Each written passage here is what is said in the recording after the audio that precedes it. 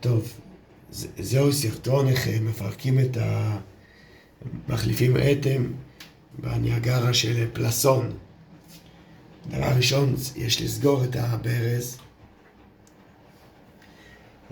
הברז. כדי שלא ייכנסו מים, ולרוקן את הפלסון לגמרי, כך שזה יהיה ריק. לאחר מכן יש ללחוץ פה על הלחצן על מנת לפרק את זה. זה הפלסון. אז מה שתופס אותו בעצם זה שני קליפסים בצדדים, שאותם יש לפתוח, פשוט ללחוץ עליהם כלפי מעלה, אז זה נפתח. אחד כבר פתחתי, אפשר לראות את זה, זה זז.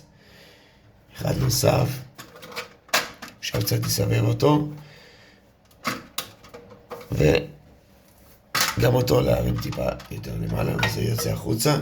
פה אפשר לראות את הקליפסים האלה, פשוט לעשות, כלומר בצורה כזאת, טיפה לשחרר אותם, וזה יוצא החוצה.